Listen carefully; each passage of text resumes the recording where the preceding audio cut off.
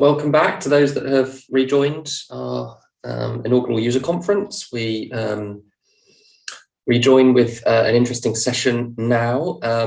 This is a session that we, maybe I can explain shortly as we try to connect some of our speakers. The session is software digital workflows, and what we're trying to do with this is bring forward software vendors to demonstrate, or even consultants bring forward better methodologies for using software in conjunction with IFC or related services, open BIM services.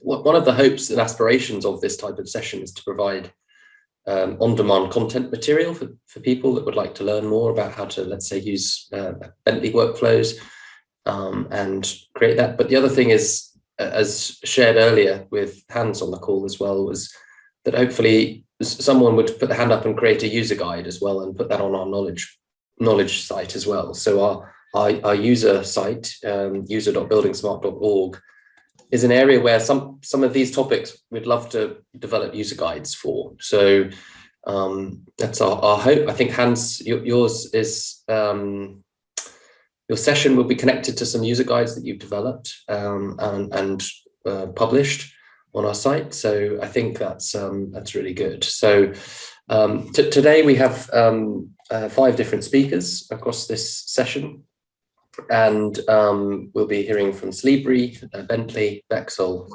Archicad, and Autodesk Revit.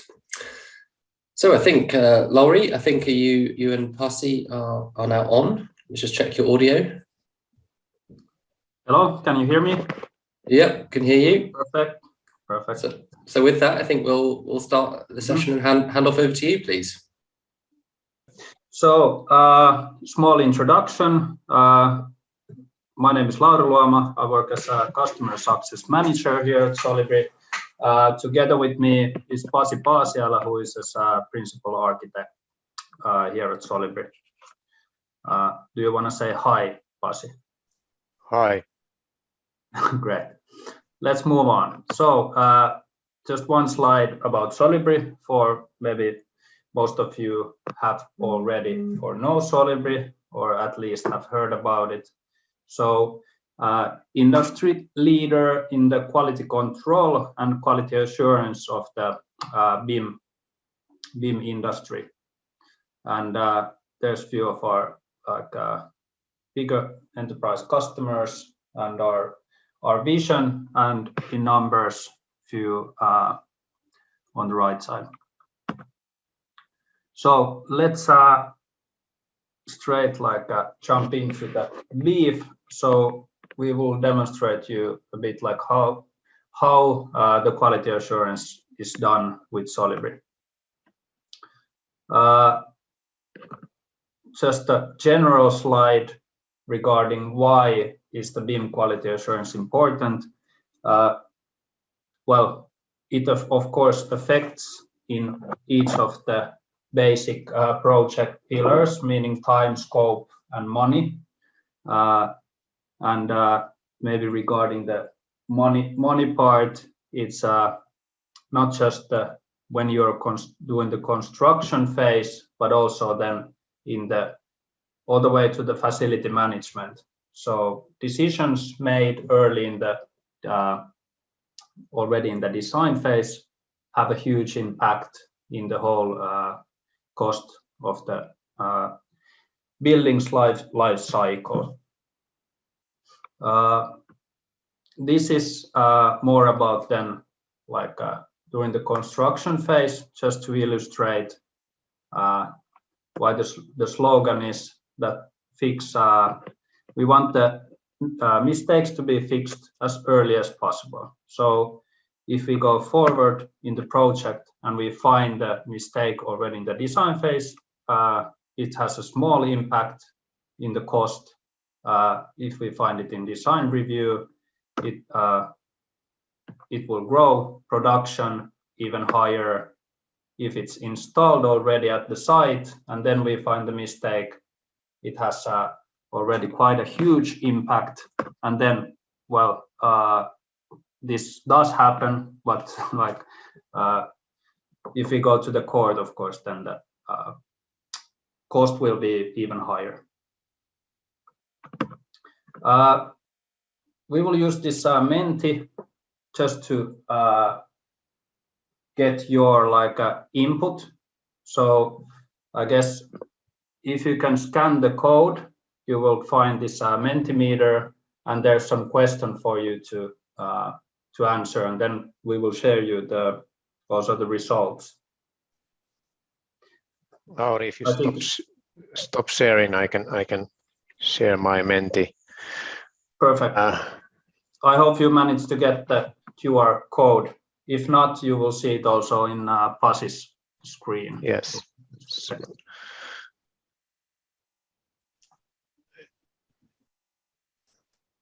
So we have 2 experience. How many people we have here? 3? Do we have an audience of 3 people?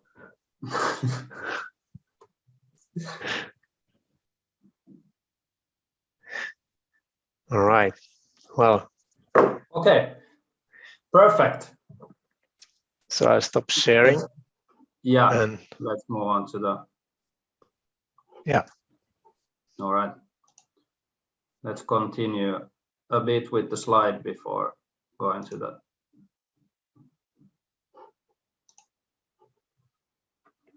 All right. Now a bit more technical slide. Let me explain a bit. So on the left, we have the BIM authoring tools, which are then creating these BIM models in IFC. And then on the right-hand side, we have the BIM utilization. So that can be then at the construction site, how you're using the BIM models. It can be in the facility management, whatever is the kind of requirement. And there's like so many different use cases for the BIM, as you know. But the picture illustrates like that Solibri is in the middle as the quality gatekeeper. There's some kind of demands for the BIM model, which comes from the BIM. How do we utilize the BIM? And those requirements are then transferred into Solibri,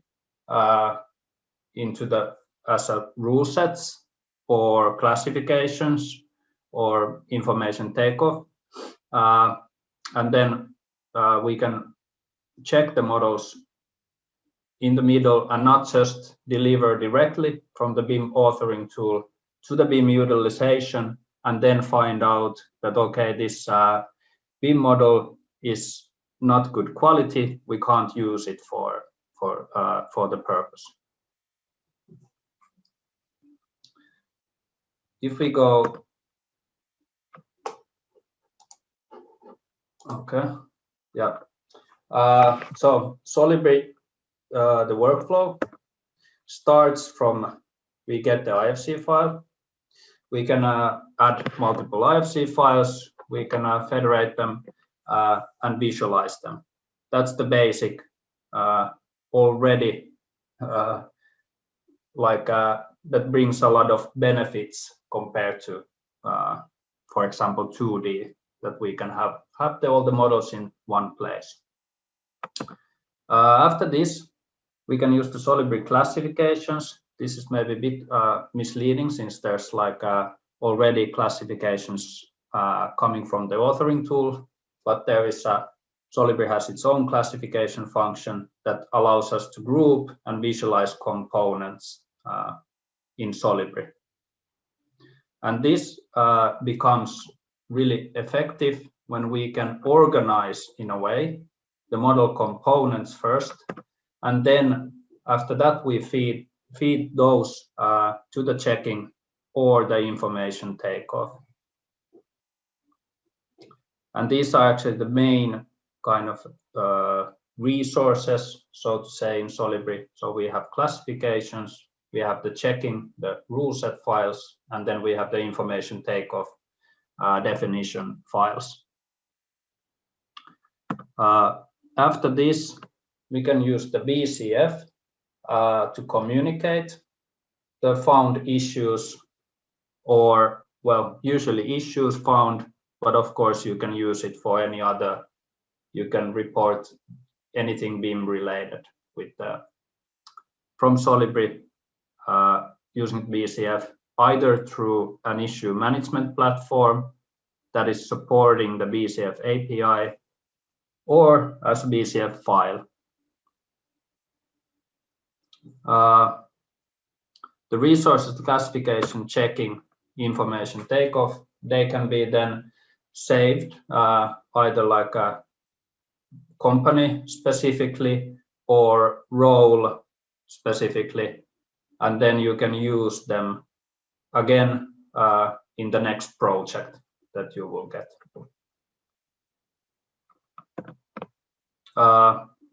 Back to Menti, we have another question for the audience, and Pasi can show the results. Sure.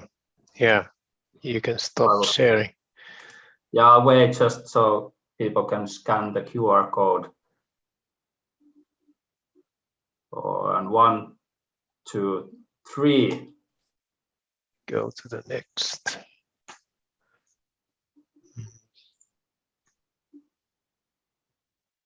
Okay. There is not much input coming here. Okay, one. Yeah. Was it still in the previous slide? If you didn't manage to scan the QR code, you can use the feed in the number you see, or the code. I mean, I did fill it out and it's not registered, so maybe. Okay, maybe we need to wait for a while, or can you Okay. Oh, now it's coming. Okay, checking obviously is the winner. All right, so I'll stop sharing. Yeah. Okay, let's jump then to a live demo, and okay, I'll try to focus the demo then more on the checking part. I'll walk you through just quickly. So now here we have one architect model open so we can combine models. Let's get some now I need to, okay, from here I can get for example the ventilation model, just to show you that now we have one model. This is from Revit, this is from Archicad, and they're obviously both in a IFC format. And here we have all the possible 3D tools. Just to show you some example of the classification. So we can, for example, here we have color coded. We can easily just visualize based on the fire rating that the walls have. And this information, that once we have done the classification, we can also use that in elsewhere in Solibri in the filtering, which is quite handy. So once the classification is done, we can, for example, I want to take all the quantities from the fire rated walls. So here I can define that I will use the classification, fire rating, and then I will just click and choose both of these, fire.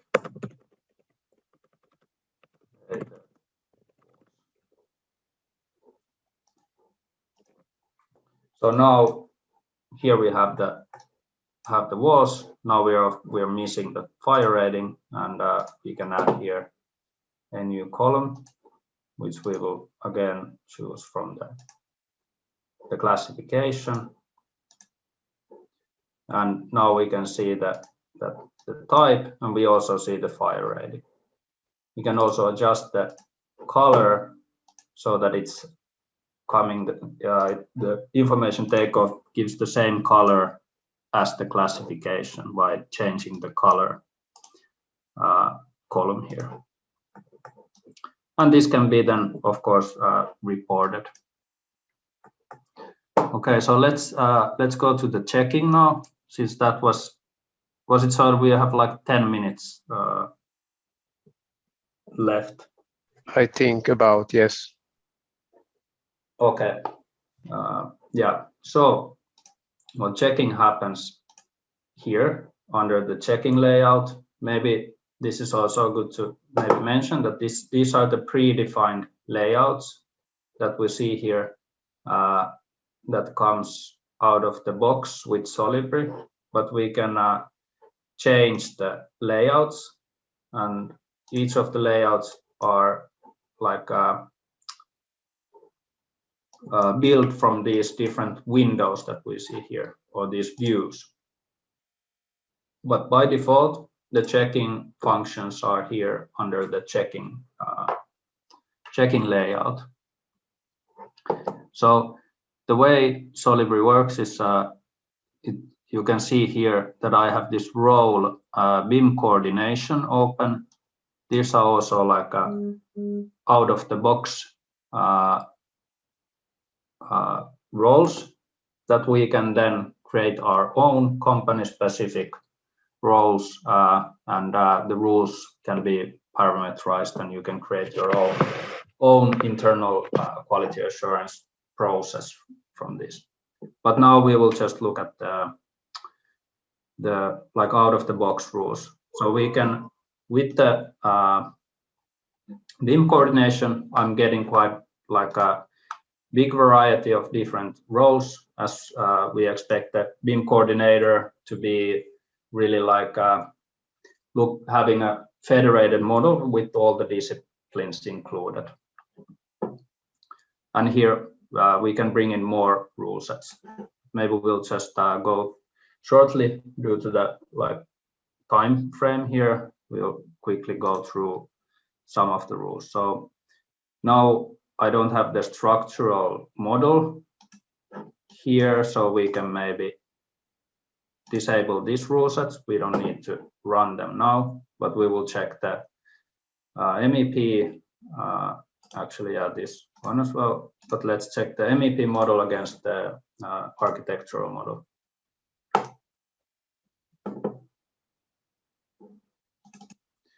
So now we can see that the rules have found issues. If we close down the whole rule set, we can see that, okay, this rule set has issues. We open it up. We can see that these rule sets, no issues found. They are okay. We keep opening until we get to the actual rule, which has this kind of symbol. And then, okay, we can see that this rule now has some issues. Once we choose this rule set, you can see that the result summary and also the results change, and now they are showing what kind of issues we have in the model. So this is just the intersection rule, and now we can see from here, okay, we can see that there's a suspended ceiling clashing with this duct here. And now the workflow would be from here that we create an issue. From this, we add a slide. We can say that this is for the architect and MEP, the responsibility. We can create add the description here, what is happening, and we can also give the comments here.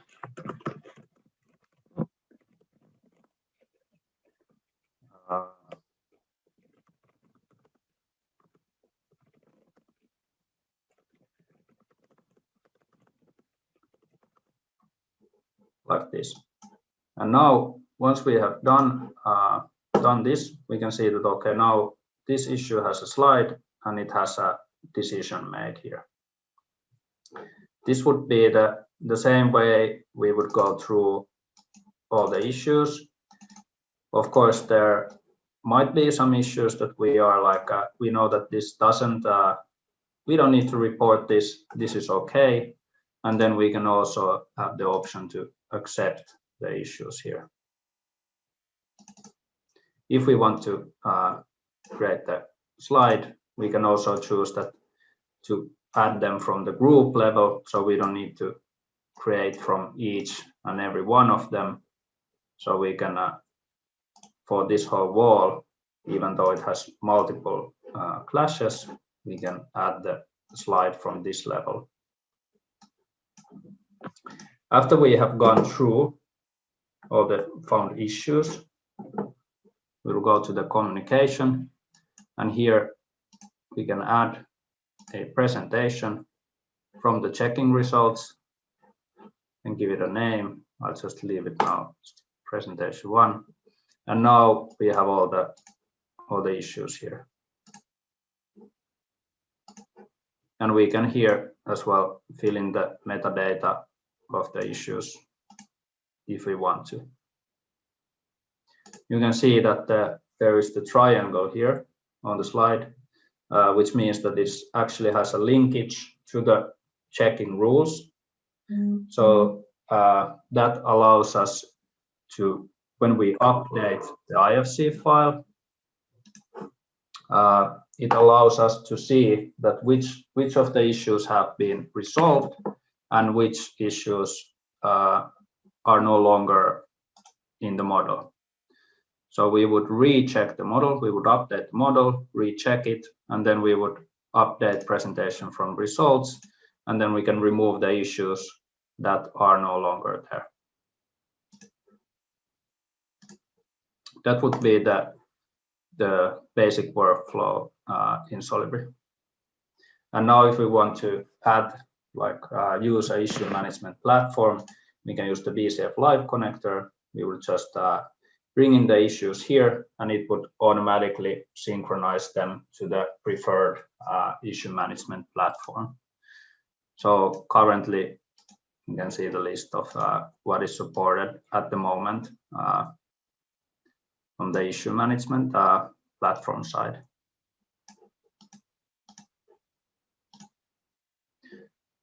This was really short and demonstration of the basics of Solibri. There's so much more, but in this time frame, I think we need to leave it on this level. If you have questions, please shoot, and I can try to show in Solibri. Fantastic, thank you very much. There is a question here about, can you tell us about the possible plans using the IDS standard in the Solibri office? Know that you're involved in the IDS project. Not yet implemented, but yeah, it is there to be implemented at some point. We are aware of, and we are contributing to the standard and following it. Okay, there is another one for Solibri. Why just not create the communication through BCF Live connector? It can be shared with other BCF platform as well that can read BCF. So I don't know, was this referring to the fact that, Lauri, you created the issue first to the presentation, but of course you can create an issue directly to the BCF Live connector as well. Yeah, I can maybe show. So yeah, that's a good question. So then I will just connect to one of this one. Might take a while. Okay, so this is now connecting with BIMsync. We can see here down that it's now bringing. It's kind of a window to what we have on the server side. So it's bringing now 203 issues here, and we can see that it's when the sync status is green here, that's the actual situation on the server side. So yeah, now I brought it to the communication. I can as well just come to the BCF Live connector and bring from the check-in results directly to here. It is also possible that I first create it like I did. I have it here, and then I choose these issues, and then I would bring from the presentation and the selected issues. That's alternative workflow here. And can't you also create directly from checking to the BCF Live connector? Yes, that's yeah. There's many ways. That's true as well. So I can also click now that I have the synchronization on. This column will appear in the results, and this allows me to just double click here, and it's automatic to the BCF BCF Live connector.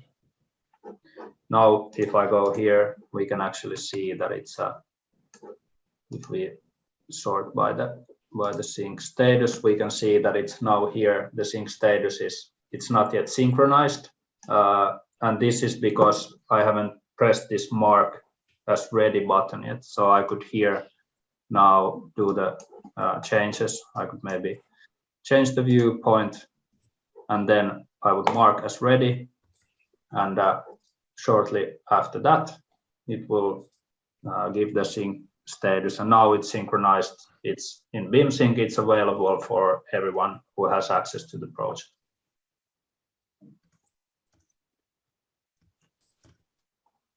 Great. Right. Thank you both. I'm going to leave it there so we can get through some of the other presentations, but very much appreciate that, and a really nice demonstration of your tools. So great, and thanks for being very active on our other projects as well. We appreciate that. Thank you, Aidan. Thank you very much. So that's from Solibri. We're now going to move to a presentation from Bentley. I think Kasia Wlosowicz has a presentation ready.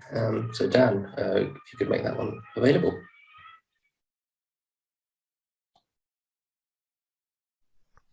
Hello, welcome to this Open Buildings Designer Interoperability and IFC Workflow presentation. We will start with general information about interoperability and information exchange in Open Buildings Designer. We will then show how to set up our workset to be able to export IFC or COBie files for our project and how to perform the final export.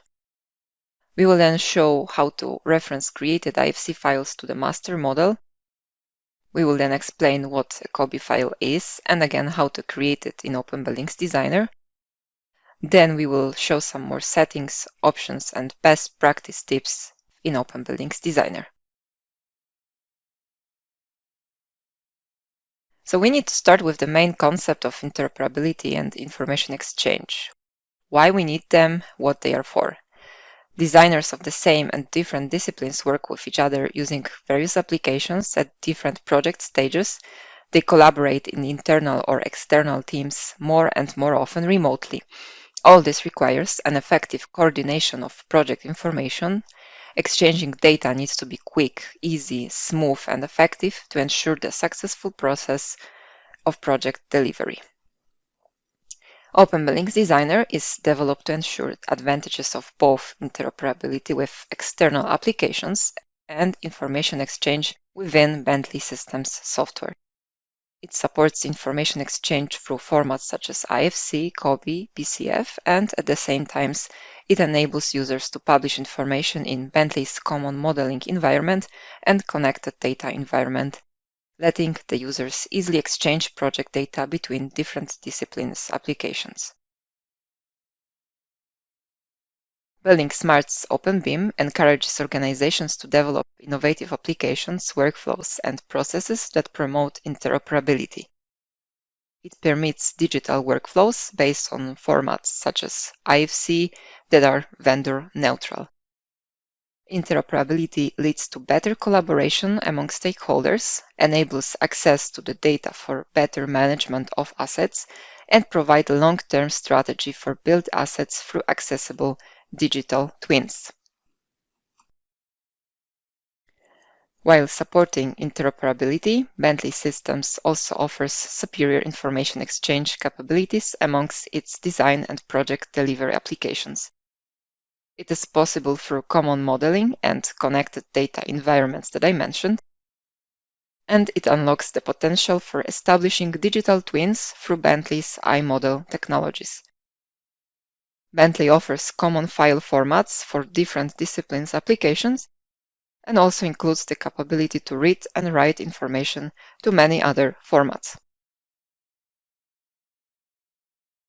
Knowing all that, let's now move to IFC, one of the neutral formats, to its creation, settings, and general concept in Open Buildings Designer. In Open Buildings Designer, design elements are grouped and organized as catalogs in the data group system.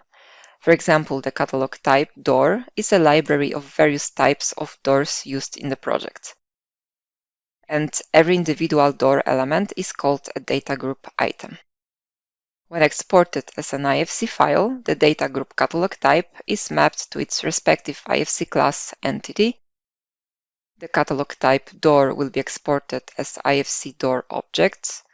The delivered standard catalog types are mapped and exported automatically as their respective IFC classes entities, and every catalog item in Open Buildings Designer is exported as an IFC type element of the respective IFC class entity.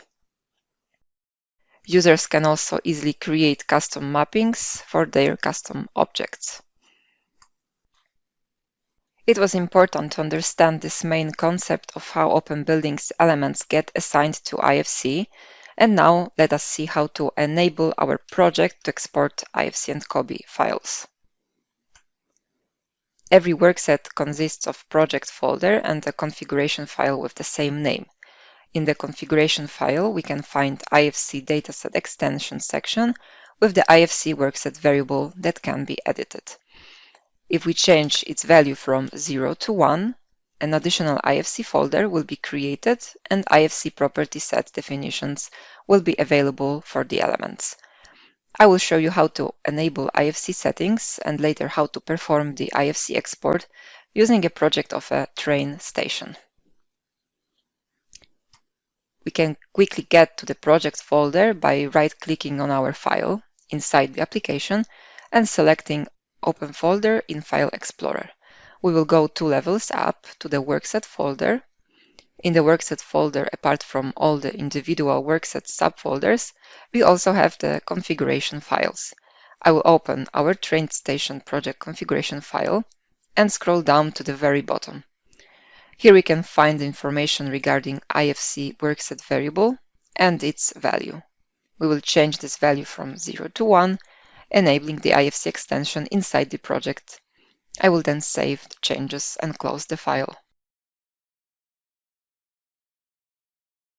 By default, the IFC extension is disabled to avoid the display of numerous IFC properties in the initial stages of the design and to minimize the size of the files we're working with. When IFC workset variable has a 0 value, the dataset is not extended with IFC psets, so only the object properties appear.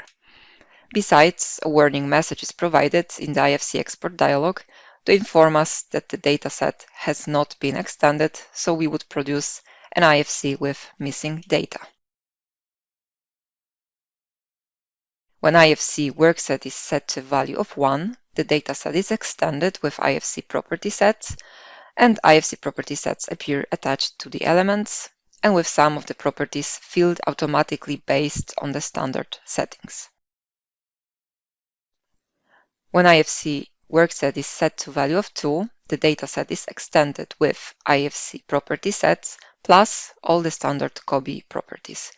You can see now the Place Elements dialog box with all the COBI properties that are needed for digital handover involving operation and maintenance workflows. Now let's talk about the Data Group Schema Upgrade utility performed to update an existing project for the IFC and COBI properties.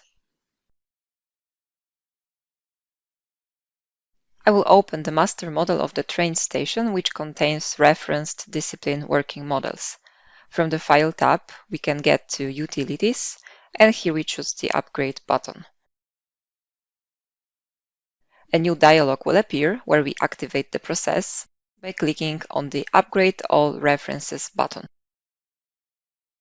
The model properties get refreshed for all the reference files attached. So we can see the models get processed one by one. And when it is done, we will reopen the application. Upon the successful schema upgrade, you will notice that the IFC property sets are added to building elements. We can now choose one of the elements in the model and open the Properties dialog. And we can see the new IFC property sets activated. Also, any new elements will contain the IFC properties. So I will select the Place Wall tool, and the property sets are available also here in the Properties section.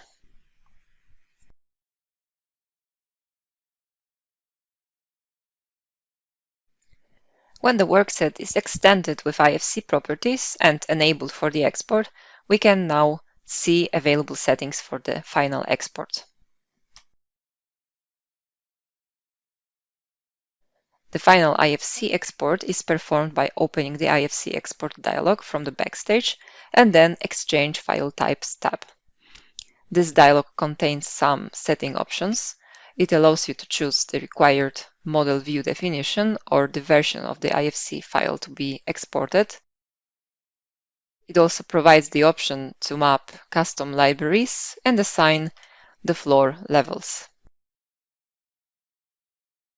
Regarding the mapping of the custom libraries, we can open the Map Data Group Types and Properties to IFC dialog box.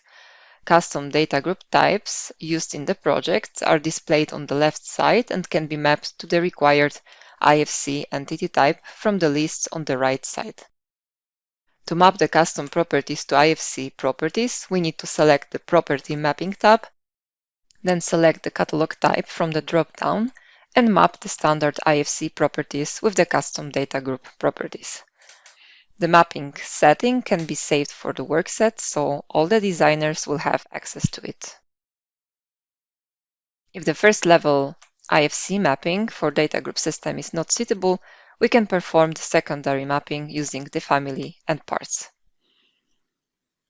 Regarding the spatial structure, while creating models in Open Buildings Designer, we use Floor Manager and define floor levels and their properties for better spatial coordination. For the IFC export, we can assign the spatial allocation of these floor levels based on the Floor Manager settings. Assigned floors can be redefined by the users according to requirements. Floor levels can also be assigned by elements elevation rather than existing Floor Manager definitions. If you work in electrical discipline, please remember to define the appropriate IFC entity type when creating custom library elements using the Electrical Symbol Manager. Now, when we have gone through all the settings, let's perform the final export of the IFC file for our train station model. From the File tab, Export button, IFC, we get to the IFC export dialog box. After checking all the settings, for example, I will select the optimization option, we can click on Export and save the file in the IFC folder. The export is being processed and Bentley IFC Optimizer gets launched to reduce the size of the file. And now we have a ready IFC file that can be opened in any IFC reader, for example, Solibri. Here we have our model with all the graphics and 3D elements and all the beam information attached to it, with division into buildings and floors, types of the elements like columns, slabs, beams, and railings. We have also all the properties, information about dimensions, location, areas, and other data that we assigned to our elements in the model.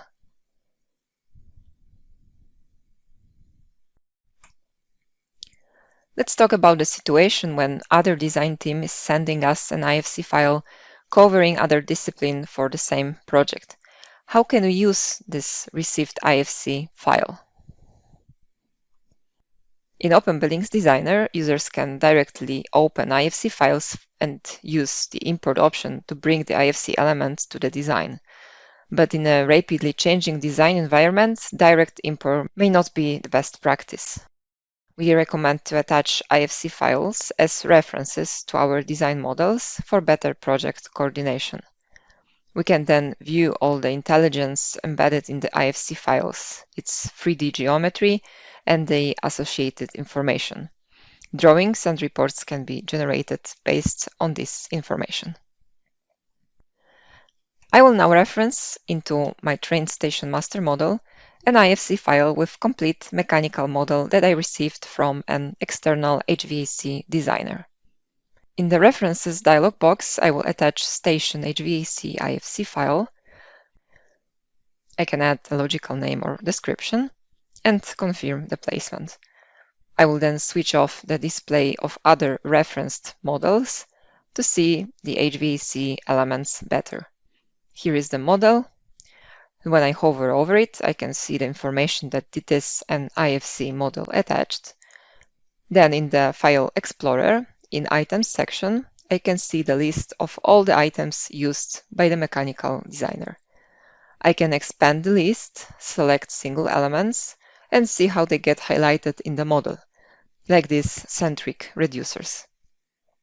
I can also display the details of the selected elements and see the properties like dimensions, element ID, or other description if it was added by the author.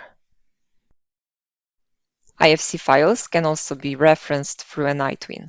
Our project can be first associated and then synced to an iTwin workset shared with other designers. All that can be done in the Collaborate tab on the ribbon bar in Open Buildings Designer. We mentioned how to set our workset for both the IFC and COBie files. Let's now talk a bit more about what COBie is. Together with an IFC model, we are able to export the standard COBie spreadsheet that encapsulates as-built information for facilities management and handover. It contains product data like materials, spatial assignment, manufacturer name, ID, and other properties as per requirement. We can also make use of the Excel Exchange utility that is available in Open Buildings Designer and update the attributes of the building elements in the design models by pushing data back to the model and updating it. It can be an information about product performance and maintenance information of all the assets that need to be maintained. To create the COBie spreadsheet, we open the same IFC export dialog and this time select the IFC 2x3 Facilities Management Handover Model View definition. Once this option is selected, the output options for creating COBie spreadsheet get enabled. To show the COBie file export, let's use a master model of the famous Farnsworth House. This model contains information about spaces and some furniture and equipment that have been placed in those spaces. So again, we need to start from editing the IFC export variable value in the workset configuration file. So I will open the file, scroll down to IFC extension section, and to enable the workset with COBie properties, we need to set the variable's value to 2. The file needs to be saved, and the application should be restarted to update the settings. We can then go to the Backstage, Utilities, and select the Upgrade tool. This federated model also consists of referenced working models, so we need to select Upgrade All References option. The program will go through all the references and perform the upgrade of all the elements. When it is done, we can see the new properties added for the existing elements. And also the newly placed elements will contain this new type of data. When the model is upgraded, we can go directly to the IFC export dialog, selecting File, Exchange File Types, IFC Export. We then need to select the IFC 2x3 Facilities Management Handover Model View Definition, and then select the option to create COBie spreadsheet. In the Author tab, we can add some more information about the IFC author, the contact data, organization address, and additional comments. After selecting Export button, the new IFC and COBie files will get created and saved in Output folder in the workset. We can now review the ready COBie spreadsheet. You can see various tabs with general project data, list of spaces, and their floor assignment, the list of all the components used in the project and their location, ID, and warranty information. We can add more data to the spreadsheet as per requirement and also upload the model with this added information. As the real Farnsworth house is a museum, the COBie format might be really useful for tracking the asset lifecycle and maintaining the building in the best possible way. Also, the IFC file has been exported, so we can view it and with an IFC reader, again, see all the graphics elements and see their properties. There are some more options for the IFC and COBie exports in Open Buildings Designer and some best practice tips to follow. One of the options is the IFC Utilities functionality.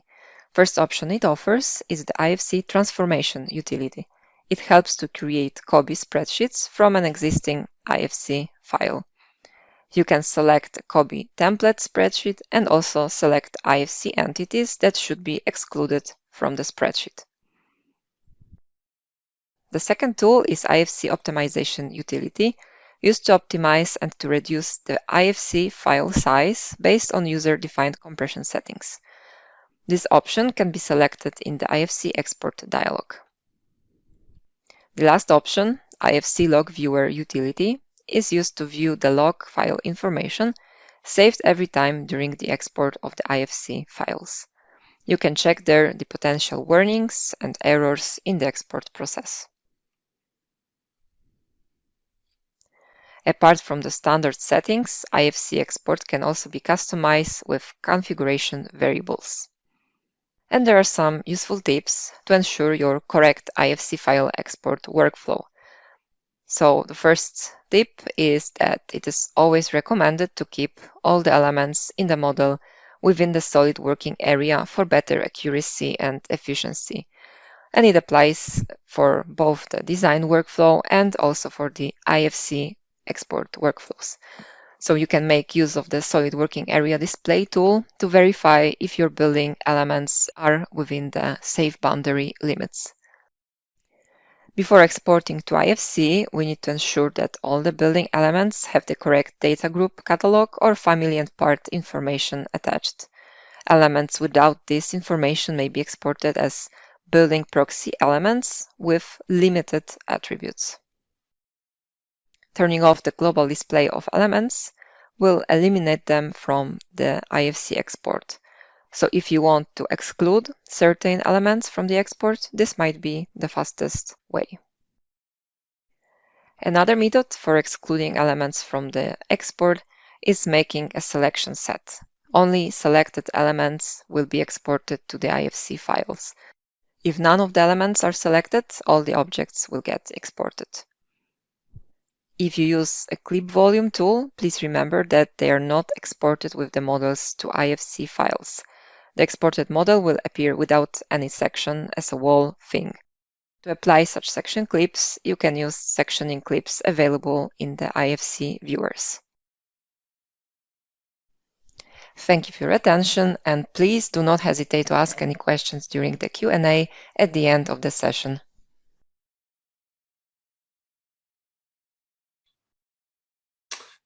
Thank you, Kasia. That was really interesting, really great use of embedded IFC into some of those workflows. So I really appreciated that. If you have any questions for Bentley, we can, Eduardo is here to field those. If not, we can move on to the next presentation and come to those later if need be. Okay, I think the next presentation we have is from Bexel Consulting. Our presenter is Aleksandar Ilic. I think we're good to go straight into Aleksandar's presentation.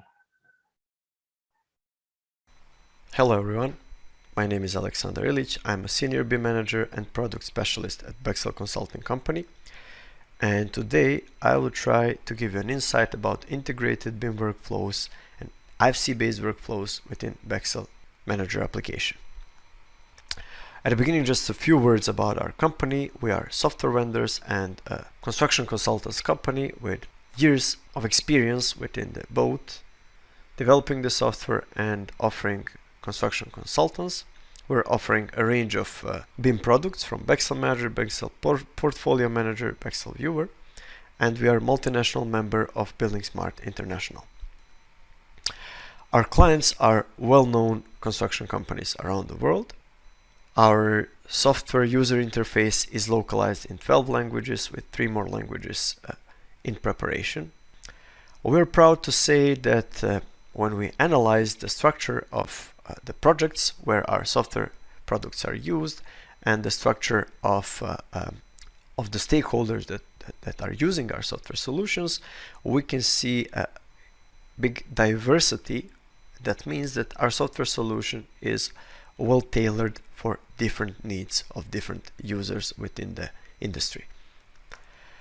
When it comes to integration, we are OpenBIM software. That means that we can import and export IFC and BCF formats, and we can connect with all OpenBIM softwares. But we also have a direct connection with Autodesk Revit and Navisworks, which allows us to integrate even with the softwares that are not supporting OpenBIM format.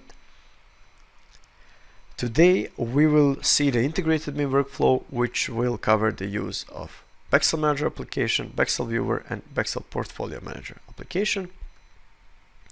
This is our basic software architecture, our main software ecosystem, which shows you all the functionalities and all the modules that are included in our software solution.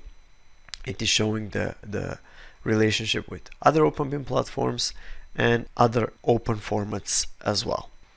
So what makes a difference between any 3D model and BIM model is the model data layer. But having the data does not guarantee success. It is often the case that you have incomplete, inconsistent data that you just cannot use properly. In the first place, that is project-specific data that was not integrated or structured properly. Integrating such data often requires significant time, resources, and discipline, and if quality control process was not performed properly, you can end up with fragments of project that could hardly be used for successful BIM implementation. On the other hand, almost every BIM model in the world contains a lot of reliable, standardized, well-structured information that is often overlooked, and yet it is very easily and intuitively integrated in BIM model. IFC properties, categories, families, buildings, all of this information represent robust, reliable information that, with the right tool, could be utilized to serve as a basis for good BIM analysis. Today's integrated workflow will consist of a few major steps. So at the beginning, we will start with enriching the model with the data, automatically enriching the model with the data using the existing data of the model. QTO creation and generation of cost work breakdown structure. After that, we're gonna go through the process of automated generation of BOQ based on previously prepared work breakdown structure. Then we're gonna go to the process of intelligent scheduling, where we're gonna use zones and methodologies to automatically create 4D, 5D schedules. After that, we'll go through the process of schedule optimization, and at the end, we will wrap up everything with the progress tracking procedure using this automatically created 4D, 5D schedule. So let's start with the first step of our integrated workflow, which consists of enriching the existing data of the model based on the robust, already present data within the model. For this, we're going to use configuration documents or templates, which will be loaded to the model through OpenAPI add-in. and based on the rules that are defined by the user, model will be enriched with additional layer of information that will serve as a basis for our work breakdown structure. So our goal here is to try to enrich model information layer with additional information, but based on the existing information. So based on the category name, system group name, structural element properties, and even story elevation in some cases, we're going to try to enrich this model with additional set of properties that will classify all model elements into 3 standardized classification systems. Even the whole process that is for now based on a simple Excel spreadsheet template, knowledge template that is, I would say, most intuitively acceptable for the engineers, could be in the future developed for, let's say, using the BSDD enrichment and some even more complex ways of enriching the model data based on the existing IFC parameters. So we will automatically try to populate these classification codes and classification descriptions into existing model. So after this whole process is complete, using very simple add-in, we can just select one of the elements and just see all the populated information that was predefined using the knowledge template that were just loaded during this enrichment process. Of course, we can also visualize this information by simply creating a custom breakdown structure, which will actually visualize the populated data and which will just show us visually where the certain codes and how these certain codes are distributed along this specific model that we were using as the basis for our BIM analysis. So basically we can see for every single value of uniform assembly code different color coding. Of course, we have some undefined values because those are some existing structures in the model which should not be coded basically, but we can also pinpoint and just find some of the codes and check if these codes correspond to classification category for this specific model. So after we were able to populate classification system information into the model, the next step is to utilize this newly added layer of information, so that use this information to develop a cost classification structure within the BIM model based on the newly added information. So this is going to be done through a smart cost management process within Bexel Manager, which allows user to define work breakdown structure and using additional knowledge templates for the cost classification, naming and rules of measurement information, creates a complete cost classification based on the information within the model. So we're going to use the same model that we just enriched with the new cost classification codes, and based on these codes we're going to be able to develop QTO, which will serve as the work breakdown structure for our cost classification. So using the substring command, we can just utilize the uniform assembly code in this case that was populated with the enrichment add-in, and we can build the hierarchy, the structure of our groups of works, the structure of our future cost classification, and we can then use that structure as the basis for development of our cost classification. And as we can see, user can visualize this work breakdown structure and select different elements in the work breakdown structure hierarchy. So the next step is creation of cost classification out of the created work breakdown structure. So we're going to create new empty cost classification, and we're going to start creation wizard.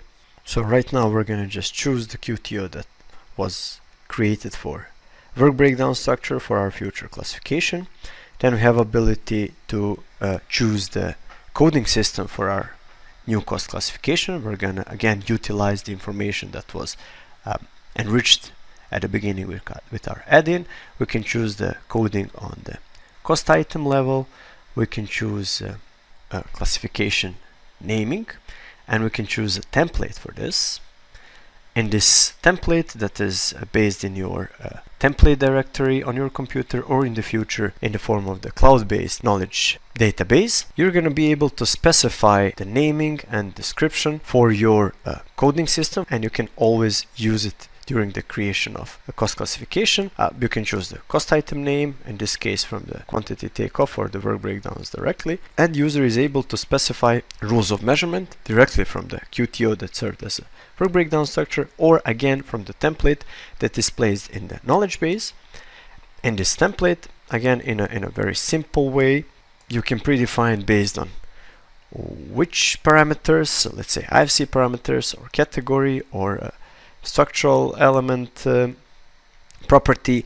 You can predefine a quantity formula, you can predefine quantity type, you can predefine quantity unit, and what you can also do, you can predefine additional cost items, additional activities for certain types of works, like let's say concrete works, which could have added additional cost items, additional level of cost structure creation based on the predefined template. After this template is loaded, you just complete the action and you get your cost classification fully created with all the cost and classification items, with all the element queries that will allow connection of the cost items and the model elements, as well as quantity formulas and quantity units predefined based on the knowledge template. Every cost item has defined rules of measurement, has defined naming and description. The only thing that is lacking is the information about the unit prices. So this cost classification could be exported into Excel, and it could be populated with the prices in simple Excel spreadsheet. In the future, we will also develop a system in which you will be able to just reuse this cost classification on the next project and just update the information. So use the existing information, including the unit prices, and then just update newly added families and newly added types of works to the existing cost classification that will be enriched itself on every new project. After importing cost classification that now includes the information about the unit prices, user is then able just to assign this newly created cost classification to existing model elements. So all the elements of complete BIM classification are here. So we have element query, we have rules of measurement, we have unit prices, and with the assignment process, we're going to just automatically calculate all the quantities and calculate complete prices for all the elements in the model. And now we're able to just see and manage complete cost information on this project. We can see the cost by groups of works, and we can see to the lowest level of cost classification organization as it was defined through the smart cost management process. After defining complete BIM cost classification based on the enriched data from the beginning of the process, the next analysis that we're gonna try to develop here is the 4D analysis, or an integrated 4D 5D analysis. So to do this, we're gonna use advanced scheduling engine, intelligent scheduling engine, which is available in Bexel Manager, which will allow us to now utilize the information that was added during the cost classification development and to use it for the so-called methodology creation. That means the work sequence definitions of our schedule, and combine it with the zone definition or the spatial distribution of the works on our model, and trying to create schedule automatically. So the main idea behind intelligent scheduling engine is to automate creation of the schedule by defining methodology or work sequence definition of works based on the cost classification that was created in the project, and that user defined spatial project organization or spatial works distribution based on the spatial parameters of the model. As a result, with a combination of the zones and methodologies into a so-called creation template, we're able to capture experts' logic, to capture logic of organization of the project schedule, and to generate the schedule itself based on this logic. So the process starts with a definition of zones, or definition of the spatial distribution of works in the model, and you can rely upon the spatial parameters or spatial information that is available within the model, so you can rely upon the phases, rely upon the defined buildings, rely upon levels or building stories defined.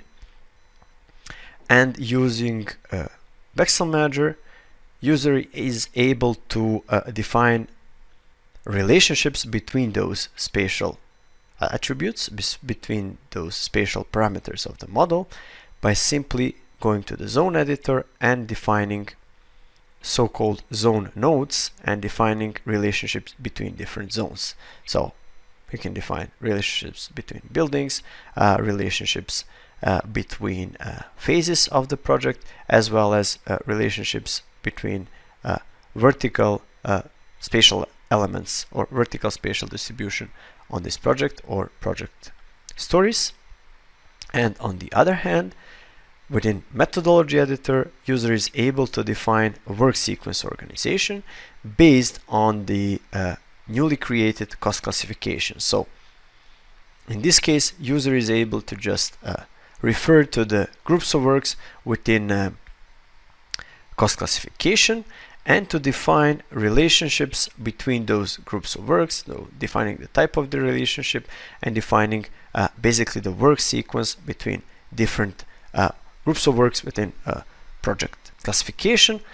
Of course, these methodologies could be predefined, and they could be also developed and saved within the knowledge database. So these predefined methodologies are completely applicable for, let's say in this case, uniform-based cost classification. So on every future project where you develop uniform-based cost classification, this once developed methodology could be used for any future uniform-based project.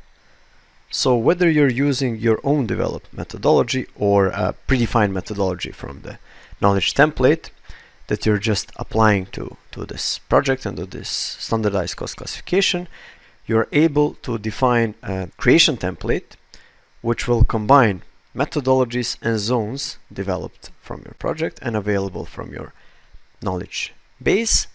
And with this template, you're going to be able to create schedule structure automatically. So very simple and pretty similar manner as with the cost classification. You're going to develop new schedule. You're going to define the cost classification that is corresponding to the schedule and to the methodology that you used for your template, and you're going to simply just load the template. And basically in a matter of seconds, intelligent algorithm based on your inputs, based on your templates, will define a complete schedule with all the tasks and all the relationships already prepared. So the complete schedule structure is visible. All the tasks have the full duration of 40 hours, and all the tasks could be seen throughout the Gantt chart view or line of balance view and could be further optimized. Also, since complete schedule is linked to the model elements, you're right away able to check the animation, so you can see if your work sequence works properly. So if you have some illogical behavior, so that you have to go back to your methodology creation process, so you're able just to visualize the schedule logic right after its creation, and then you can very easily do different scenarios, what-if scenarios of your schedules. You can assess the quality of different schedules, you can visualize the working sequence for different schedules, and of course you're able to modify it. Of course, since the schedule was based on the cost information, the total cost and all the unit prices, all the quantities, all the activities of the schedule are already integrated within the schedule, so you can see the total cost of the schedule right away for every task. You have ability to color code your schedule tasks based on the schedule activities. You have ability to visualize that color coding in the animation as well, so you can actually see color coded model elements based on the tasks for which those elements are linked. You also have ability to change this coloring scheme of your schedule, so you're also able to visualize different task properties. So let's say actual cost, baseline costs for the actual schedule, some constraints, cost variances, schedule variances, schedule performance index, total float, let's say, like in this case. So you have ability to change and to visualize information in both in Gantt chart as well as in animation directly, so that you're going to be able to see different parameters of your schedule quality directly in 3D animation and directly in your Gantt chart or line of balance chart. So besides all of this, you're also able to visualize your animation based on the custom breakdown structure. So in this case, you can visualize it by the uniformat code, so you can see differently color coded different uniformat categories. You can visualize it by the spatial elements, like the floors in this case, or the buildings on, let's say, based on the subcontractor as well. So you have unlimited opportunities to visualize and to check all the parameters that are available within the model. You can color code the critical path, visualize the critical path, the elements that are on the critical path, and the most important thing with the task report, since, as we said, the schedule is connected to the cost classification, we have ability to assess the quality of the schedule by simply checking the, let's say, line of balance view, where we can optimize the schedule, as in this case. So this is the same schedule as we have created, just optimized for roughly hour and a half, not more than that. So we can see the striking difference about optimization of the schedule, just changing durations and changing some constraints. We can visualize the cash flow, we can visualize cumulative cost for the schedule, and we can compare between different options. So let's say the optimized options, the option, the version of the schedule that was just created. We can just balance the activities. You can see the difference between cash flow of the optimized schedule and unoptimized schedule, and we can just compare different installments of the schedule, and we can decide which one is the most optimal for our construction process. So after developing multiple what-if schedule analysis and optimizing the final schedule and accepting it as the based planned schedule, user can start progress monitoring process using this baseline planned schedule. So based on this baseline planned schedule, user has ability to manually or automatically create look-ahead plans for a specified period of time, which will include the elements that should be completed, all the quantities, resources, and price of the activities that should be executed in a certain period of time. This information could be published directly to the cloud-based online viewer.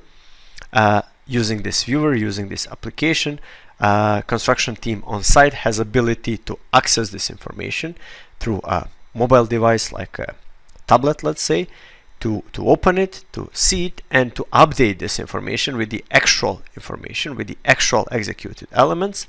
It could save that in a form of BCF file, send it back to Office, and this input information could be used as the basis for the schedule update. So with this updated information, actual progress information, the planned schedule is updated, and it becomes the actual schedule.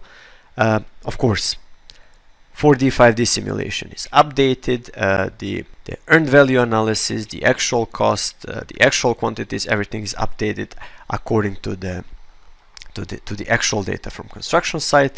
Schedule duration is recalculated, so you can see the impact on the finishing date. The user is able to develop planned versus actual analysis. User is able to export monthly payment certificates automatically, and is able to generate reports which will cover all basic KPIs of the project. And of course, based on this updated actual schedule, planner is able to create look-ahead plans for the next period. So based on the actual data on site, you are able to generate future look-ahead reports and to send it again to the construction site for the next tracking period. And this is how the whole process looks like in the Bexel Manager environment and in Bexel Manager software ecosystem. So if you remember, we had ability to visualize our schedule through schedule animation. We have ability to check the pace of animation, if it's going to be on daily, weekly, hourly basis, monthly basis. So with this feature, we have ability to set up the animation intervals to be equal to our look-ahead plans or to our tracking periods. So in this case, monthly, let's say. So if we set up animation with this pace, we have ability to select the elements for, let's say, every month of execution. So with this selection, we can just create quickly a look-ahead plan, a selection set that will include look-ahead plan. From these selected elements, user is able to create a BCF file and to export it and send it to publish it to online viewer. This could be done also automatically through the publishing process. So publishing the look-ahead plan to the viewer could be done also through the publishing process without use of BCF format. So the on-site team could just open the cloud-based application online viewer and is able to visualize and see the information about look-ahead plan. So it could see the elements that have to be executed. It has ability to select the elements that are executed or to deselect the elements that fail to be executed, and has ability to save this information as a BCF and to send it back to the project manager. The project manager can then just simply load this updated BCF with the actual information back into software.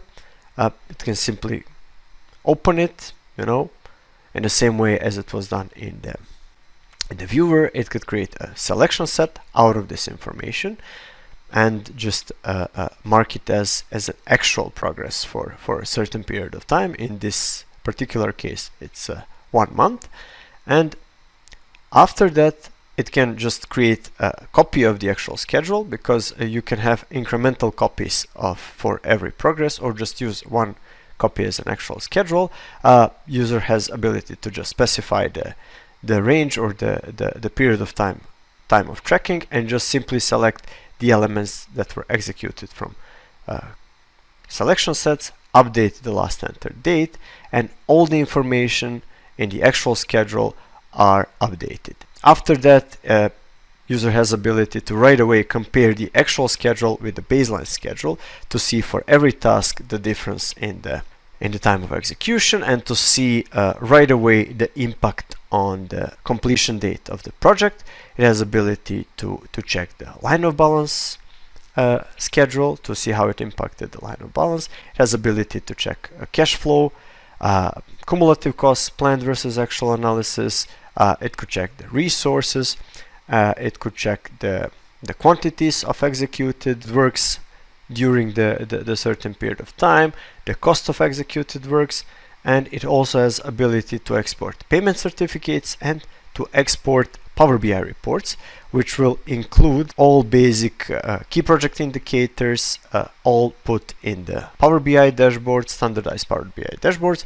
All these dashboards could be further optimized, could be fine-tuned, could be customized for every user, for every company, and could be used to report the progress, to report the key project indicators to other stakeholders, to executives on the project.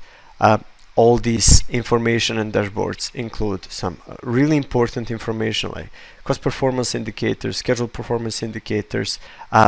This all information could be also published to Portfolio Manager, which will allow user to see even a broader picture about key project indicators on one project, multiple versions of the same project, or multiple projects at once. So with the use of the range of Bexel Manager supported applications, we were able to start from the model that even didn't have the corresponding data set, and with the use of advanced BIM workflows, we were able to first enrich this model, to create cost classification, to create scheduling, and to perform progress tracking process based on this schedule, and to complete with the BIM supported reporting and analytics and KPI analytics of the project, and to basically complete an integrated BIM implementation into project from the beginning to the end. Thank you for your attention. That was all from me for today's presentation. It was a pleasure having the opportunity to present here. Thanks, Aleksandar. That was fantastic as always. Great presentation, and nice to see some of the progress at Bexel. Up next, we have a presentation from David Delgado Vendrell, who's going to be talking about some workflows with Archicad. So, David, over to you. Hello, my name is David Delgado Vendrell. I am an architect and BIM consultant. I run the company DDB near Barcelona in the south of Europe. I am collaborating in several educational programs as a BIM lecturer. I am the vice president within the design area in our national chapter, buildingSMART Spain. And I'm also part of the board of GubinCat, the BIM users group of Catalonia. And I am also representing buildingSMART Spain in the Catalonia's commission to implement BIM at the regional level.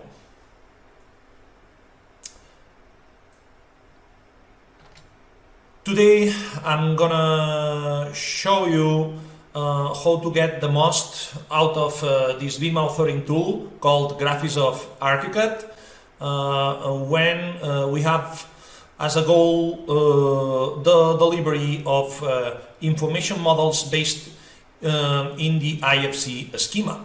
So the goal of this presentation is to highlight some tips and tricks using Graphics of Archicad to exchange information based on this type of information models.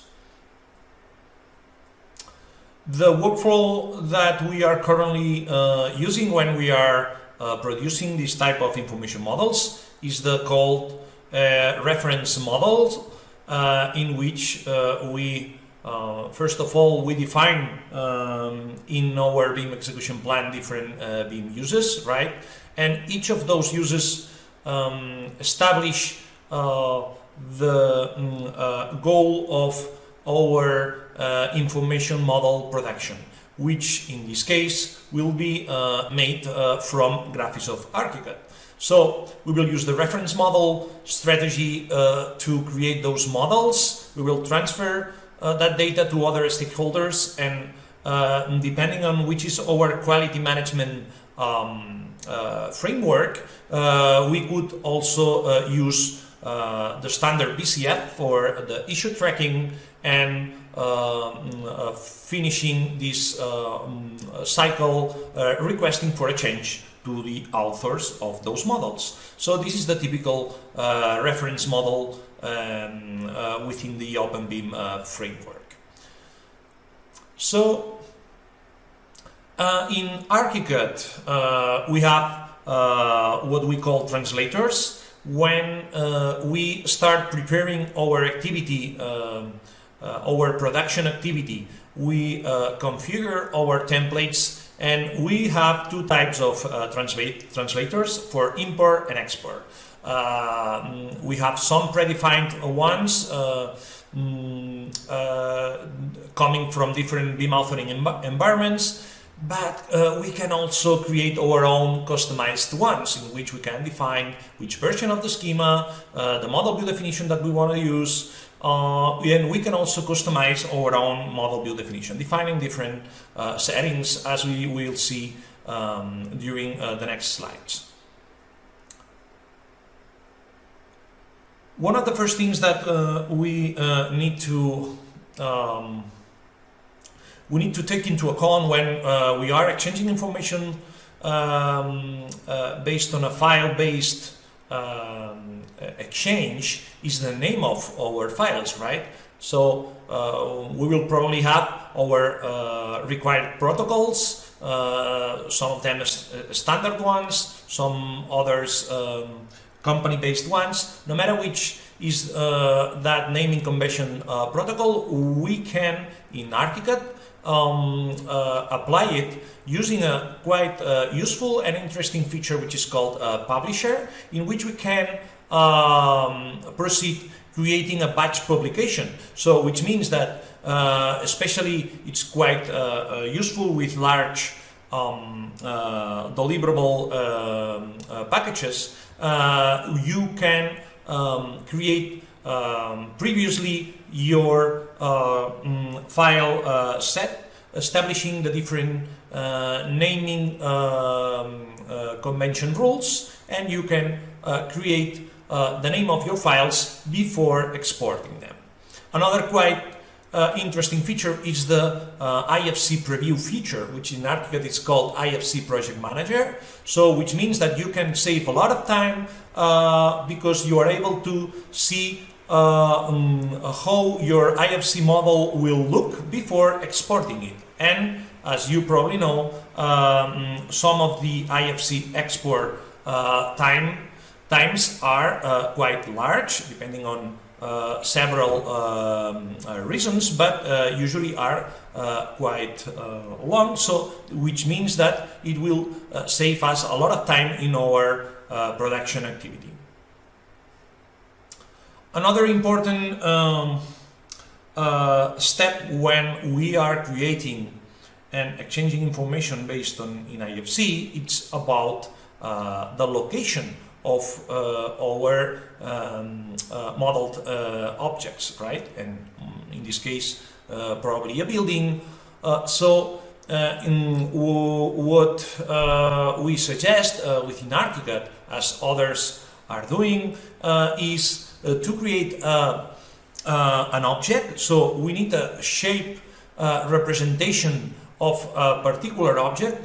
We usually use a cube, but you could also use an inverted pyramid, and place it at the project origin.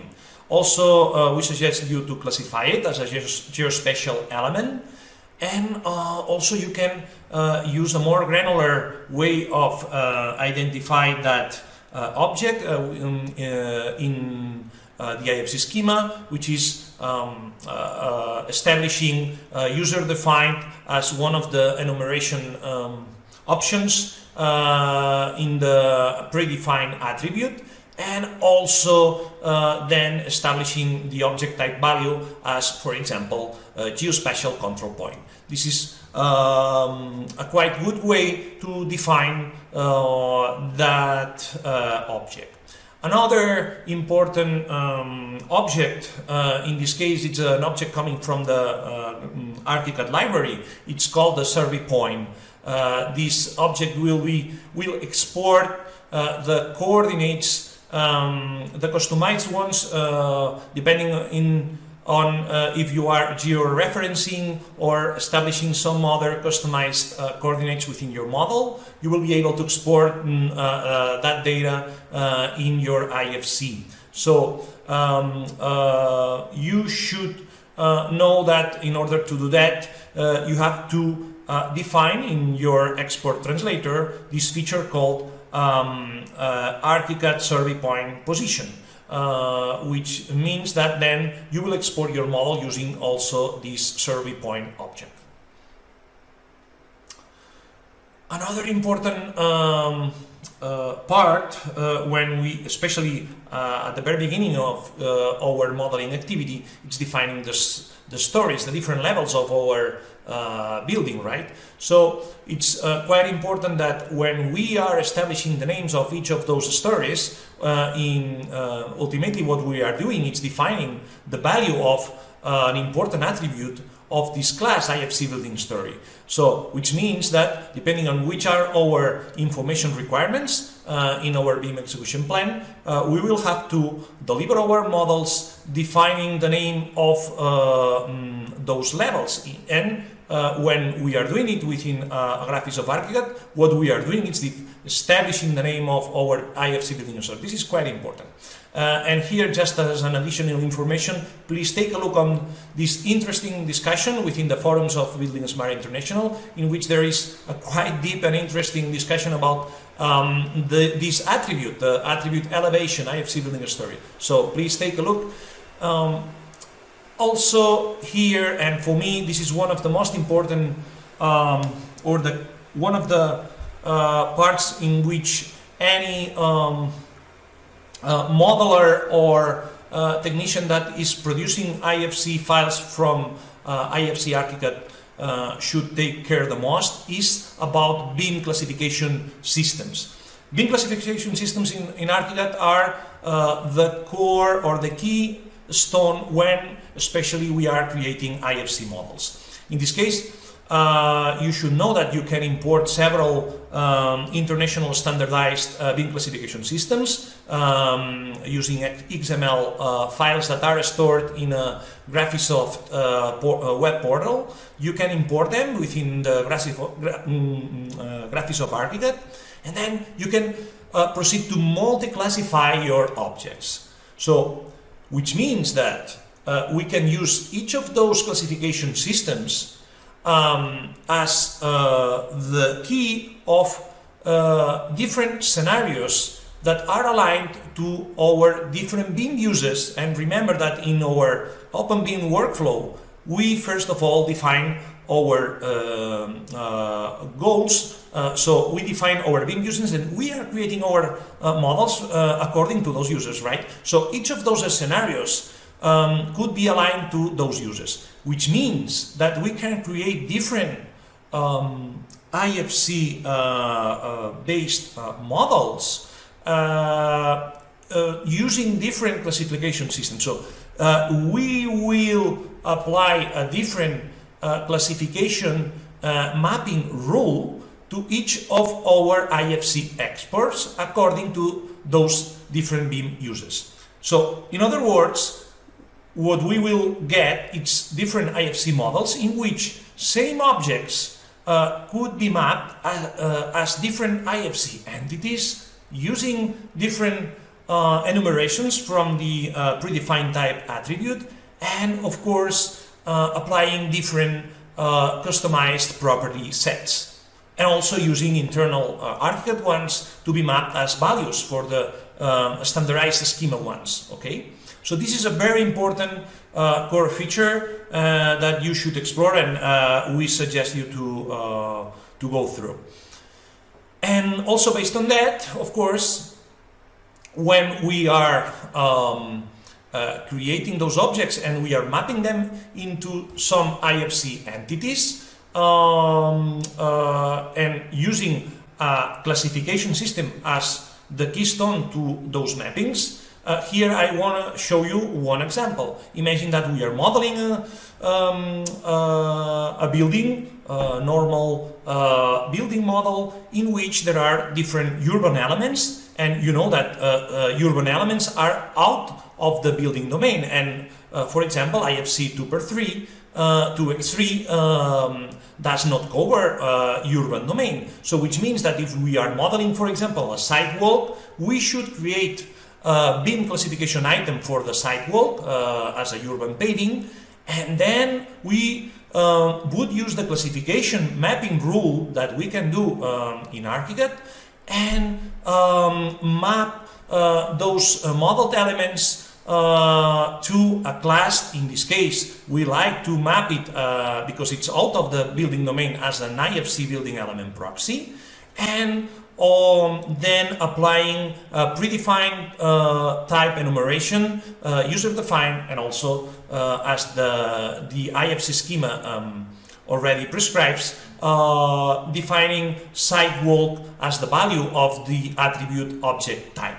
And this could be done for any other objects that you need to go deeper when you are identifying them. And this is very, very powerful and very, very user-friendly to handle it from Graphisoft Archicad. At the same time, you can also define the name attribute from the class that you are mapping your object, and you have several ways to do it at an instance level or also using some internal rules. And usually the Archicad element ID is the default value of that class attribute. And then talking about other types of classes, we have the IFC type product, which means that you can define the type level of your geometries, the geometries that will be embedded in your models, right? In Archicad, the way of creating those types is quite interesting, because you start creating your instances at the very beginning. So you are placing your objects within your model, and at the end of your modeling process is when you are defining which are the types to which those instances are referred to. So you need to use this feature called IFC Project Manager, the IFC Preview, in which you can use some mapping rules that will enable you to create the desired types. And this is a very, very powerful tool that will enable you to define in a quite accurate way the different types of your objects. Also, you will be able to define common attributes, the ones that are stored in the standardized property set of each of the IFC schema rooted classes. Which means that you will be able to define in a very user-friendly way the isExternal property, in this case this attribute, exterior, interior, or undefined, also with the load-bearing attribute, and also with the rest of attributes within that property set. And you will be able to use that using the same mapping rules that we were using in the previous slide. And what about materials? Of course, materials is a quite, let's call it, interesting part when we are exchanging information based in IFC, especially because there are different levels of maturity exchanging information regarding materials, depending on if we are exchanging information based on in IFC 2x3 or in IFC 4. But what we want to highlight here is how to handle the material information in a quite basic level, depending on the type of tools that you are using to produce your geometries. In Archicad, when you are producing slabs, beams, walls, and roofs, you create building materials, right? So each of those building materials will create the IFC material information stored within the IFC based information model. But what happens with windows, doors, and also parametric objects, which means that you will have to rename the object hatchings. You know that these BIM authoring tools, and especially Archicad, it's a quite specialized one in creating also to the outcomes. So, which means that it has a lot of features that are aimed to create quite high quality to the outcomes, which means that we are using several hatchings, and if you rename those hatchings in the same way you are naming your building materials, you will be able to get in your IFC based information model the IFC materials in your windows, doors, and objects. So this is a quite tough task, but we encourage you to go through this path if you really want to create high quality deliverables based in IFC from Archicad. And also, let's talk about the standard property sets. IFC schema is a standardized data model, right?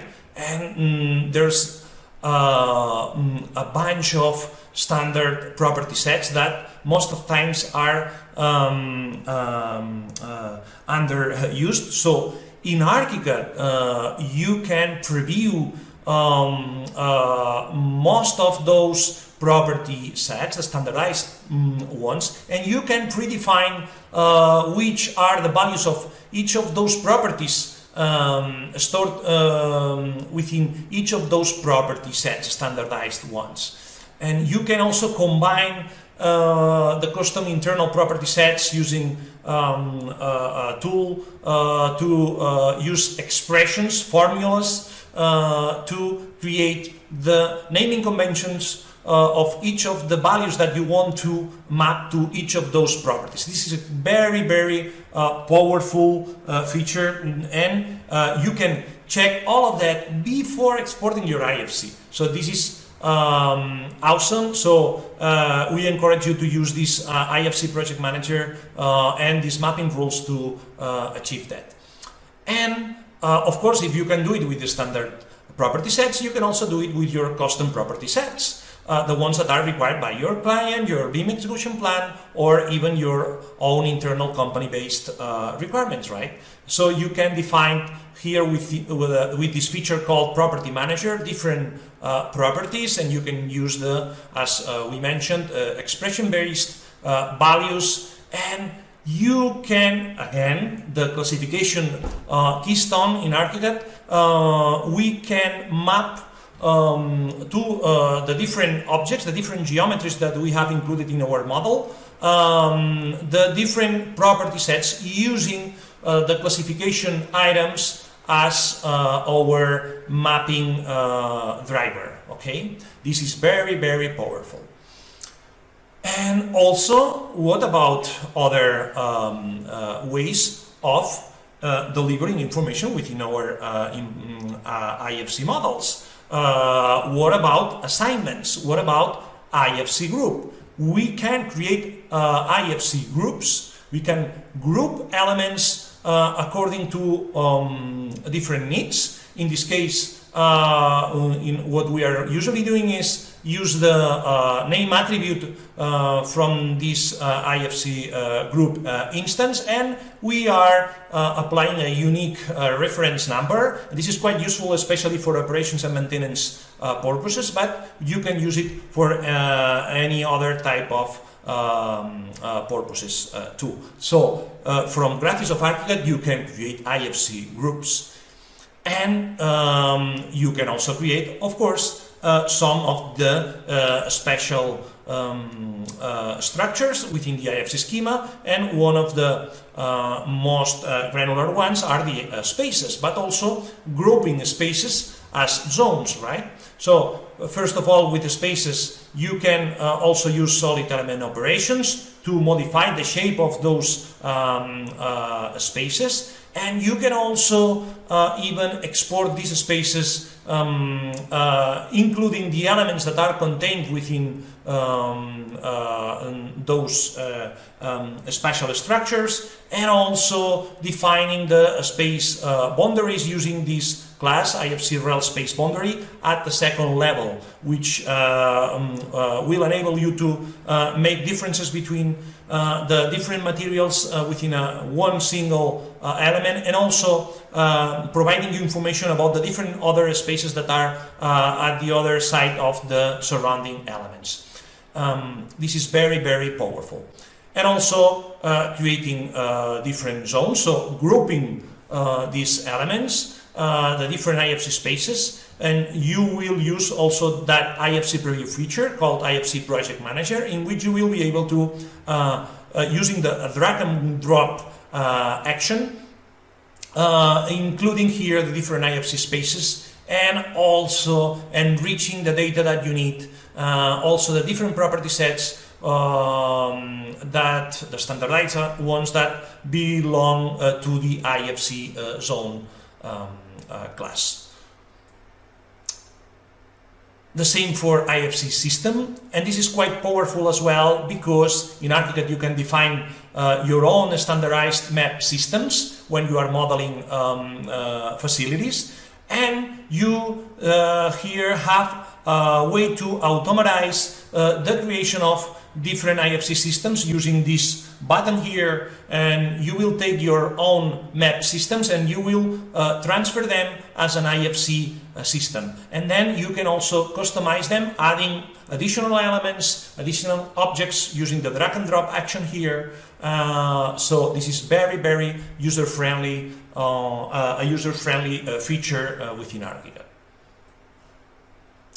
So I hope that all these tips and tricks are useful for your activity, especially if you are a technician involved in the creation of IFC files from the graphics of Archicad. Have a good day and enjoy this information. Bye-bye. Thank you, David. That was great. Really interesting video. So the final presentation of this session is from Hans Hendricks, who's going to be talking about digital workflows with Revit. So over to you, Hans. Hello, my name is Hans Hendricks. I'm an independent BIM consultant in the Netherlands, and I'm glad to speak about getting the most out of Revit and IFC for buildingSMART International, this user conference 28th of April. The content of this presentation, it will take about 20 until 25 minutes. Then we have a few minutes over to answer the questions. So if you have questions, please put them in the chat. The content of this presentation, it's about BIM and OpenBIM. I will tell something about a sample project where we used successful Revit and IFC in the workflow. The benefits of OpenBIM, how IFC can easily flow between different partners. Present some topics, how to generate IFC from Revit, and then referring to the brand new buildingSMART International User Program, a website where the articles are stored as a guideline. BIM and OpenBIM, normally I explain it like BIM has a three different explanation about it. The first meaning is building information model. It's a digital representation. The second is building information modeling. It's more about the process. And the last, building information management, it's about the information itself, and it's more to a data-driven organization. Sometimes by my clients I see that they first focus on getting and creating these 3D models, building information model, and later on that they move to building information management. Then about the sample project, where we successfully used Revit and IFC in the workflow. It's called Gelders Huis. It's a BIM project from the government building. On the left of the square is an existing building, and on the right a new building built with an integrated contract form. So they had to design, had to realize, and also 20 years management, maintenance. And BIM was very important in this project because the information provision for the users should be optimal, and also that they helped the organization to data-oriented organization. Now, Revit and IFC is used in this workflow. Several aspect models, several discipline models I will show you in a few minutes live. And they are all modeled in the design phase with Autodesk Revit and exported to IFC. IFC is for industry relation classes. For the communication is BCF used, BIM collaboration format, and very helpful and also very strong is in IFC the objects with relations, with the properties and hierarchy. So it's much more than just a file format to exchange. When we focus on the objects with relations, with the properties and hierarchy, we see a lot of information, and that information is also used in this project, in this sample project. Also the inventory, but also the MEP, the sprinkler, all kinds of aspect models are modeled. Now what is important, we wrote before the project started the BIM requirements, and for example, each object should be placed on the specific floor, so it should be modeled by building story. Also, objects should have a classification, and it should, according to the Dutch FVB BIM norm, it's a standard about government organizations how to build up the BIM model. But also the BIM basic ILS. In a few minutes more about that. They had to deliver the native and IFC aspect models, and the communication was done by BCF. Here, the workflow that we used. So we have different stages from initiative, design, engineering, realization, and use.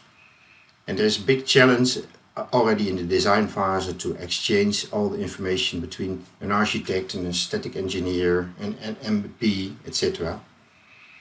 And we see also a big challenge during the workflow because the building information model data is exchanged and shared among several software applications used by various participants.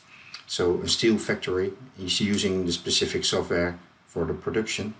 Limestone vendor has his own software, and therefore we need also the IFC models.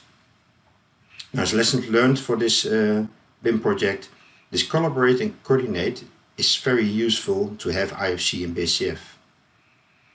And now the models are used as a kind of as-built situation, and they would love to move towards a digital twin organization. So even more using sensors, the data of the sensors linked to the BIM model for daily maintenance, operation information. This is the requirements that was used. In Dutch it's called ILS, Informatieleveringsspecificatie. In English, Information Delivery Manual. They are also available under user guides by buildingSMART, www.buildingsmart.org, users, user guides. Also, for communication BCF, buildingSMART had also there a BCF knowledge card, communication card under user guides. This is an impression of the sample project. In the design phase, Autodesk Revit was used. These aspect models were exported to IFC. What we see here, the new building, IFC aspect models. Let's focus, for example, on the structural part of the building. Then we can see here all the structural elements. Also very useful is the IFC hierarchy. For example, all the objects from the first floor you can select there. Very useful also for IFC is the IFC property sets. For example, P-set wall common. You can see here the fire rating is external, load bearing, and we can check on these properties, but also we can use them for information takeoffs, filtering, grouping, and viewing purposes. Best practice where, for example, since there are several buildings on the same location, that we need to have an agreement about the origin, what's the exact location, so we can merge them on the same place. But also IFC grid is used. We can switch on and off to this building. IFC spaces are used in combination with IFC zone. These are also written on the buildingSMART articles. Also the right IFC classes, for example the columns from the first floor, when I want to show them, can easily select in the hierarchy. Also remarkable or useful in Solibri is to group them by each category. Also the layers in Autodesk Revit can be also used for several purposes. And the classification is used in this project. Classification, in the Netherlands we have an NLSAB classification with code 28 is structural elements, and this classification code is attached to all the objects. The definition of BIM I recognize in this sample project: building information modeling a process. And as also the ISO standard 19650 defines shared digital representation of a built asset. We recognize that also in the sample project. The definition of OpenBIM, some of the principles OpenBIM that I recognize also in the sample project. The interoperability, it's open, reliable, it's collaboration, flexibility, and sustainability. Since IFC files can be opened many years after they are created with several software applications. ISO 16739 is the standard for IFC, and the link for buildingSMART website for more information. It's the technical.buildingsmart.org website about the standard. The benefits using OpenBIM, we recognize them also in the sample project, and we see benefits for several stakeholders, not only the owners but also the architect, facility managers, for the software vendors itself, for the whole society. Very short explanation about use of open standards as we see that in daily practice. The models are created in native software, in this case Autodesk Revit, exported to IFC. They are aggregated in the model and issues are documented in BCF file format and sent back to the modelers. Then to the workflow Autodesk Revit, how to come to IFC files. I used version Revit 2020 as native files and created IFC. These are the topics. These topics are based on frequently asked questions. I show in a few minutes how to create IFC grid lines, how IFC zones, IFC spaces, IFC classifications, and of course a glimpse of the IFC settings in general. In this part of the session I will explain how to export from Revit version 2020 to IFC. There are only some examples on the buildingSMART website. There are more articles documented how to export. First, about levels. Many times I get the question, why do I see a lot of IFC building stories? Well, in Revit it's like this.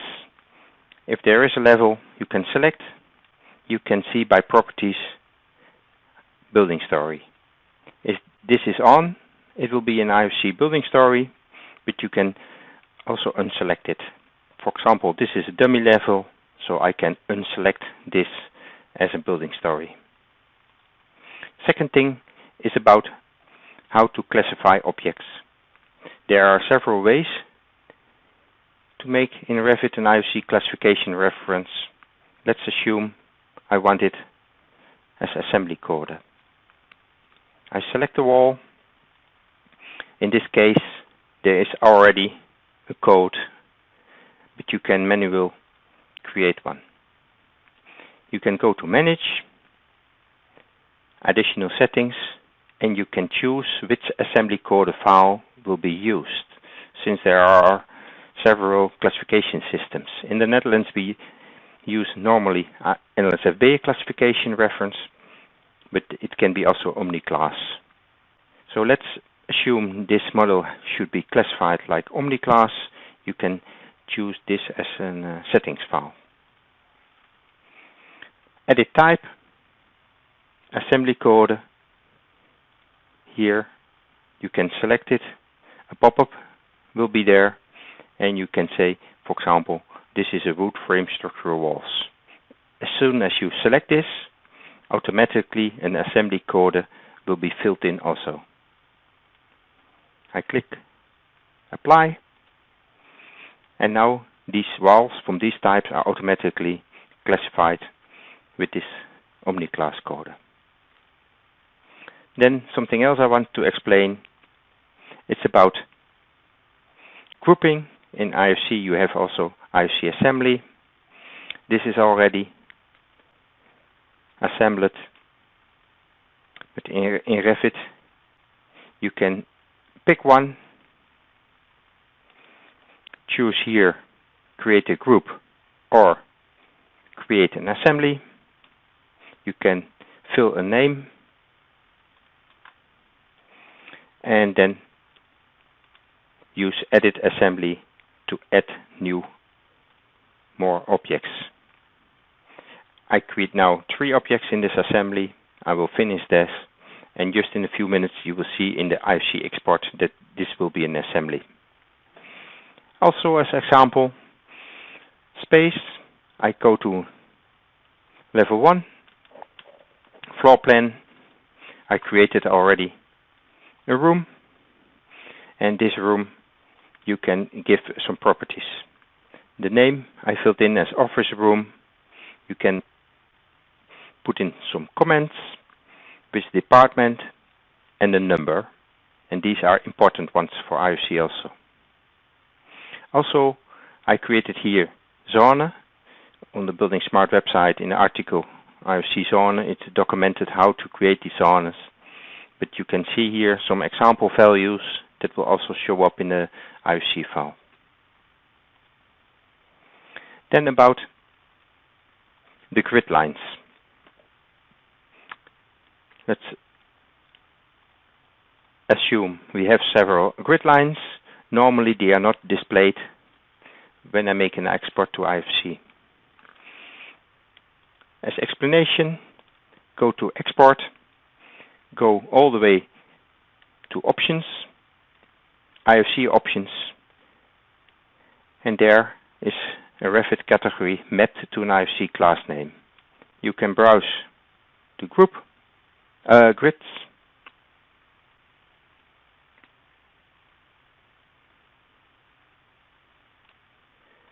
and you have to fill in IFC grid.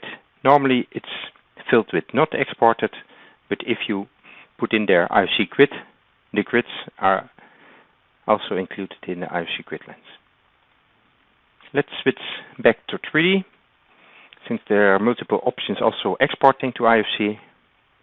Normally exporting to IFC, file, export, you go to IFC, and you can create a name here, and also there are several setup files possible. Let's modify setup. Normally, if you want to adjust, you can create a copy. So I make a copy now, and this makes it possible now to adjust where needed. First, we go to property sets. I want to export Revit property sets. These are the common property sets and also possible base quantities. Here is also a possibility to give in the right classification settings, and it's filled here now with Omni class number. But if I fill here assembly code, then this parameter of Revit is used for IFC classification reference. By general, you can choose which version. Now it's selected IFC reference view, exchange requirement, with file type, with phase to export, space boundaries, and coordinate system. Also new from version 2019 and higher, you can fill in a project coordinate system. This is also explained on the buildingSMART website. Additional content. Since a 3D view is now selected, you can say I want to export rooms, areas, and space also in 3D view. Otherwise they will be not exported to IFC. Let's export it. You could see here in the left corner that Autodesk Revit was exported into IFC, and the IFC file is first. Let's use BIM Vision. As you can see, it's the same project. You can select, for example, a wall. It's this basic wall, generic, and you can see here by classification the Omni class is attached to that. You can see all kinds of properties also.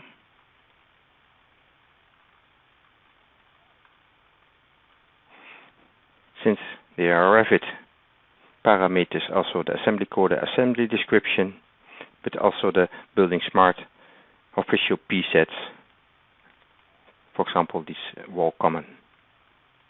And since I ticked on also the quantity takeoff, the wall-based quantities are also attached to this wall. You can see here the grid lines. So this is one of the viewers. Another viewer already mentioned Solibri Office as model check. You can think on and off here also the grid lines and select to which extent, which level you want to see also. Let's look into the classification here also. You can see the Omni class, it's now included for the walls and the door. They have a Omni class classification code attached to that. Since we exported also the space, you can see here IFC type, type name, all kinds of information, also the P-set, space common, etc. What we could also see here from this project, there's an IFC site, the building, and here are the building levels as shown level 1 and level 2. Level 1 is also including the assembly. Is this IFC assembly as created from one beam and 2 columns there underneath it as IFC assembly. Also a different viewer that I use normally to navigate through the IFC is this DDS IFC navigator. You can load an IFC file, but you can also use the whole schema to find specific objects, for example, wall. You can find information about wall, standard case, where it is in the schema. But let's look into the file already loaded as a showcase project. And you can see, for example, here is the IFC grid. If you double click that, you could see more information on the buildingSMART website. You can see here the classification also. So if I to the classification, you can see here as well structural walls, as well also the doors. Then this last part of the session about the buildingSMART International User Program, the brand new website where the articles start how to export to IFC. And in my daily work, I noticed that there is a lot of added value if everyone in the chain can work with their own software and that the exchange of BIM models with IFC can take place. There are a lot of settings, known issues that can help the community to export and import IFC in a correct way. It's documented like, for example, how to export from Revit to IFC, in this case IFC project. What are the settings? What is the link to the buildingSMART website? Here you can see the web address. For creating the IFC, we used the principle that in many requirements the result is documented in IFC. And here you can see how to deal with that using Revit. In this articles, Revit version 2020 is used, and it's a completely new user program.